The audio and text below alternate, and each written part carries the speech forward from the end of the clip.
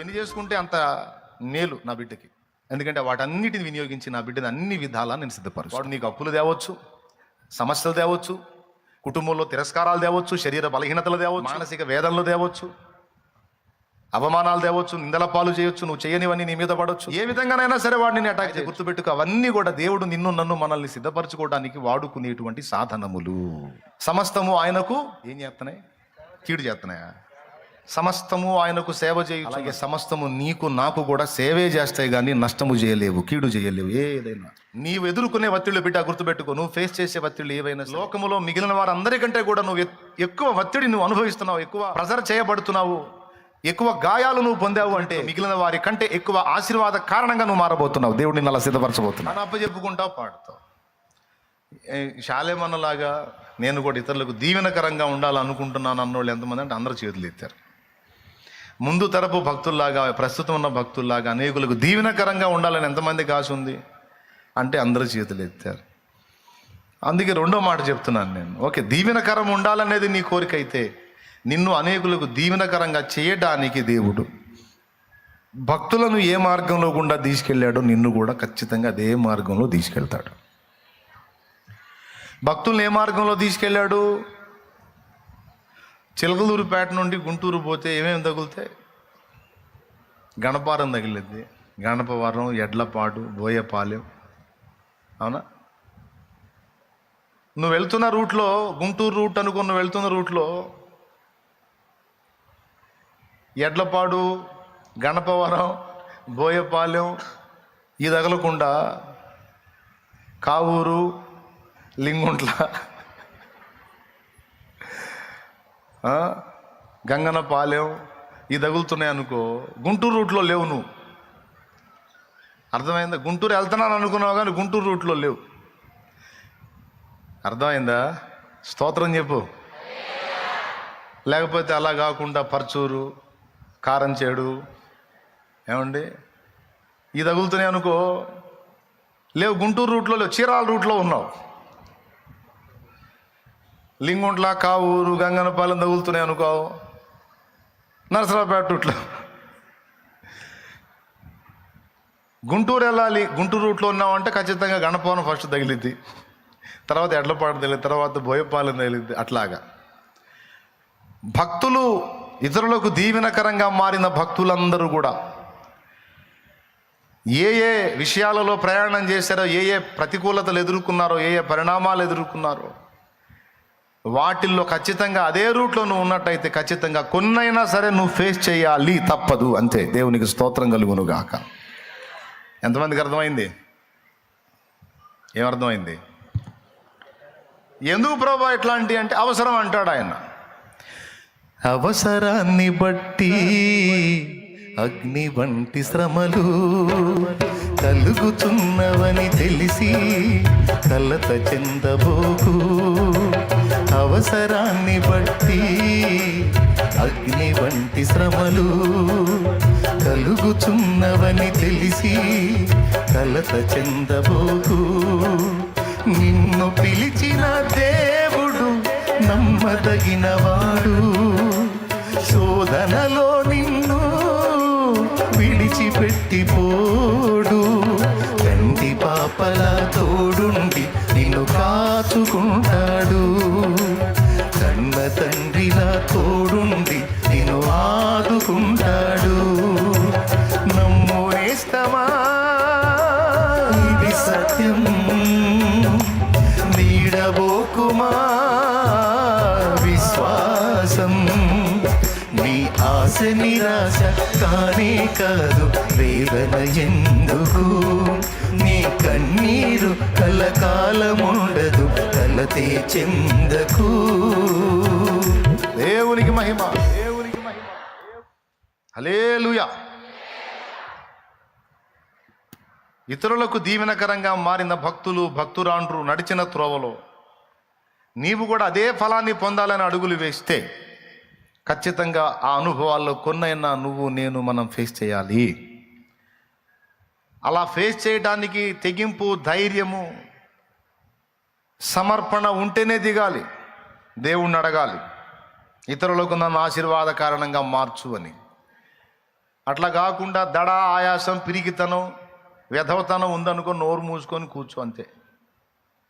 ఇతరులకు దీవెనొద్దు, నా బంధొద్దులేనాయన, నాకున్న సమస్యలు తీర్చి నన్ను ఏదో అట్ట నిలబెట్టు ప్రభువా, నీకు స్తోత్రం అని అడుక్కో, సరిపోయింది. లేదు లేదు, సచ్చినా బతికినా 10 మందికి దీవెనకరంగానే బతకాలి అని నువ్వు సిద్ధపడితే, ఇతరులకు ఎప్పుడైతే నువ్వు ఆశీర్వాద కారణంగా ఉండగోరుతావో ఖచ్చితంగా సైతాను మేలుకుంటాడు. నేను ఈమెని ఇతరులకు దీవెనకరంగా చేయబోతున్నానని దేవుడు అన్నాడు అనుకో, అప్పుడు వాడు ఎంటర్ అవుతాడు. వాడు ఎంటర్ అయ్యి వాడు చేసే పనులు వాడు చేస్తాడు. చేసుకో, నువ్వు ఎన్ని చేసుకుంటే అంత మేలు నా బిడ్డకి. ఎందుకంటే వాటన్నిటిని వినియోగించి నా బిడ్డని అన్ని విధాలా నేను సిద్ధపరుస్తాను. వాడు నీకు అప్పులు తేవచ్చు, సమస్యలు తేవచ్చు, కుటుంబంలో తిరస్కారాలు తేవచ్చు, శరీర బలహీనతలు తేవచ్చు, మానసిక వేదనలు తేవచ్చు, అవమానాలు తేవచ్చు, నిందల పాలు చేయొచ్చు, నువ్వు చేయనివన్నీ నీ మీద పడవచ్చు. ఏ విధంగానైనా సరే వాడు నిన్ను అటాక్ చేయొచ్చు. అయితే గుర్తుపెట్టుకో, అవన్నీ కూడా దేవుడు నిన్ను నన్ను మనల్ని సిద్ధపరచుకోవడానికి వాడుకునేటువంటి సాధనములు. సమస్తము ఆయనకు ఏం చేస్తున్నాయి? కీడు చేస్తున్నాయా? సమస్తము ఆయనకు సేవ చేయుచున్నవి.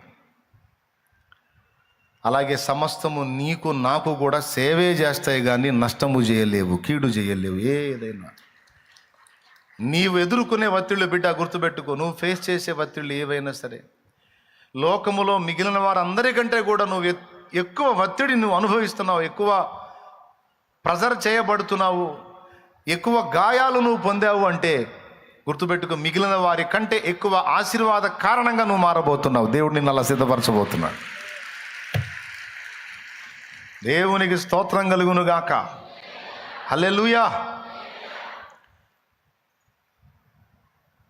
బిడ్డ వింటున్నావా? సహోదరి, సహోదరుడా, అన్నా నాకెందుకన్నా, అందరికీ తల్లిదండ్రుల నుంచి నా తల్లిదండ్రులు దేవుడు తీసుకున్నాడన్నా, నన్ను అనాథం చేశాడన్నా. అందరికీ భాగస్వాముల నుంచి నా భాగస్వామిని తీసేసుకుని నన్ను ఒంటరి మహిళను చేశాడు.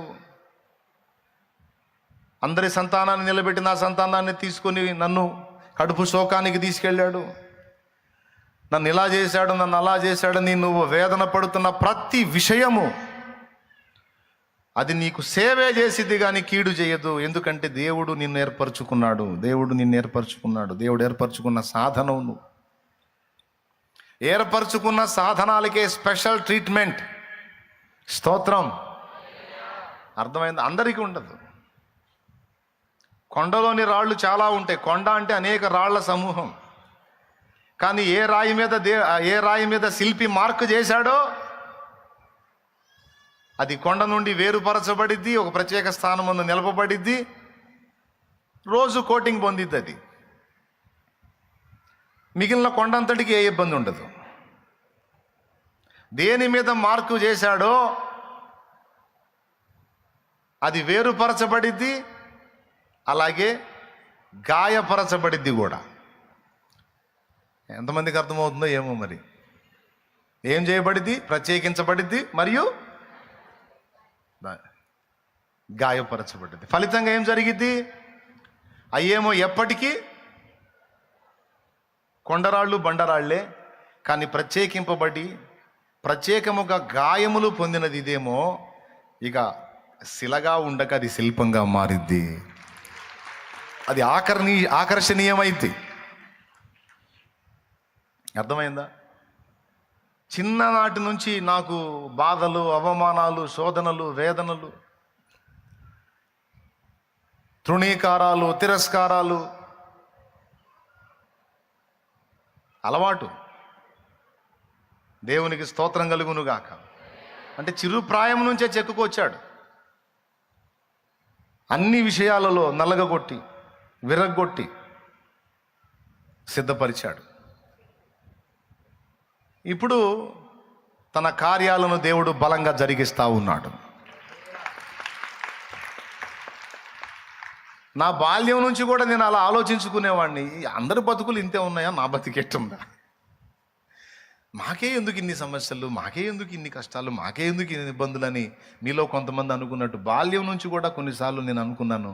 కానీ ఇప్పుడు జీవితాన్ని చూసిన తర్వాత ఇంతగా నన్ను ప్రేమించినది నీ రూపము నాలో రూపించుటక.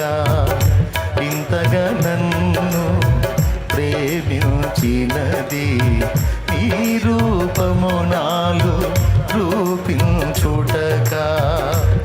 ఇది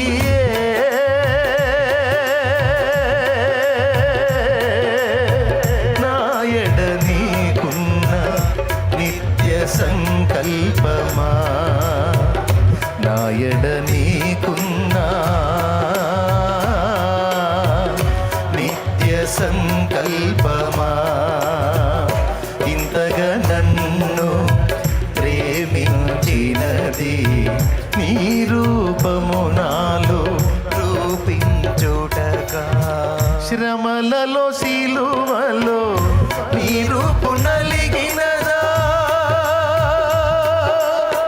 శ్రమలలో సిలువలో నీ రూపు నలిగినదా.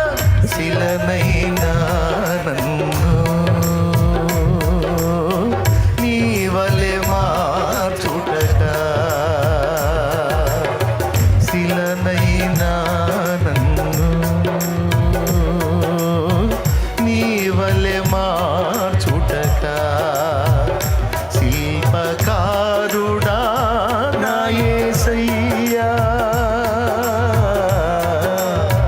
మలచుచుంటివా నీ పోలికగా. శిల్పకారుడా నా యేసయ్యా, మలచుచుంటివా నీ పోలికగా. ఇది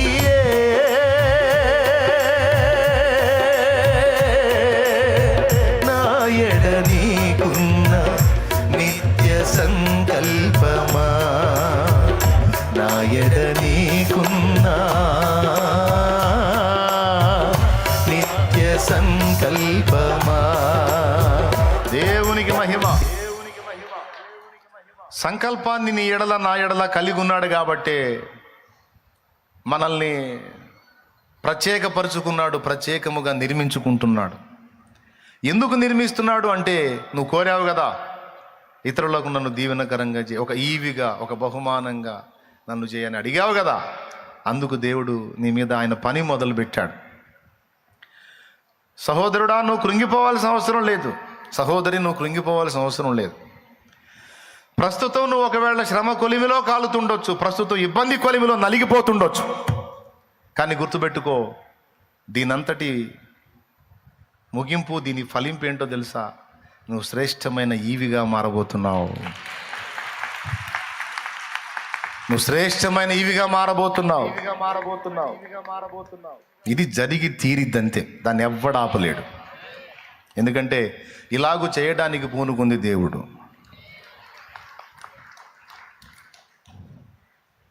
తన్ను తాను ఆ విధంగా పరిశుద్ధునికి అప్పగించుకోవాలి. సిద్ధ మనసు కలిగి, సిద్ధపరచబడిన గుండె కలిగి. ఎఫ్రాయిము పిరికి గుండె గల గువ్వాయను అన్నట్టు ఉండకూడదు. అర్థమైందా? ఎఫ్రాయిము పిరికి గుండె గల గువ్వాయను అన్నట్టు ఉండకూడదు. దేవా, ఇదిగో నీ చిత్తము ప్రకారం నన్ను నిర్మించు, నేను సిద్ధంగా ఉన్నాను ప్రభువా, కానీ నన్ను వెలిగించు అని ప్రార్థన చెయ్యి. దేవుడు భక్తులను ఈవులుగా మార్చడానికి ముందు వాళ్ళని అనేక రకాల అనుభవాల్లో గుండా తీసుకొచ్చాడు. అంతెందుకు, మన ప్రధాన యాజకుడైన యేసయ్యను కూడా అనేక రకాల అనుభవాల్లో గుండా తీసుకొచ్చాడు. దానంతటి ఫలితం ఈరోజు అనేకులకు యేసయ్య ఆరాధ్య దైవం. అన్ని నామముల కంటే పైనామము యేసు నామం. అన్ని నామముల కన్న పైనామము యేసుని నామము. ఎన్ని తరములకైనా కొనియాడతగినది క్రీస్తు నామము. యేసు నామము జయం జయము, సాతాను శక్తుల్ లయం లయము. యేసు నామము జయం జయము, సాతాను శక్తుల్ లయం లయము. హల్లెలూయా హోసన్న హల్లెలూయా హల్లెలూయా ఆమేన్ హల్లెలూయా. హల్లెలూయా హోసన్నా హల్లెలూయా హల్లెలూయా ఆమేన్. దేవునికి మహిమ. ఓకేనా? మొట్టమొదటిది ఏం చేయాలి? సంఘమునకు సమాజమునకు ఈవిగా నువ్వు మారాలంటే ఏం చేయాలి? ఏదో ఒకటి చేయాలా? ఏం చేయాలి చెప్పు? నిన్ను నువ్వు బలిపీఠం మీద దేవునికి అర్పణగా అర్పించుకోవాలి. ఏం చేయాలి? ఓకేనా?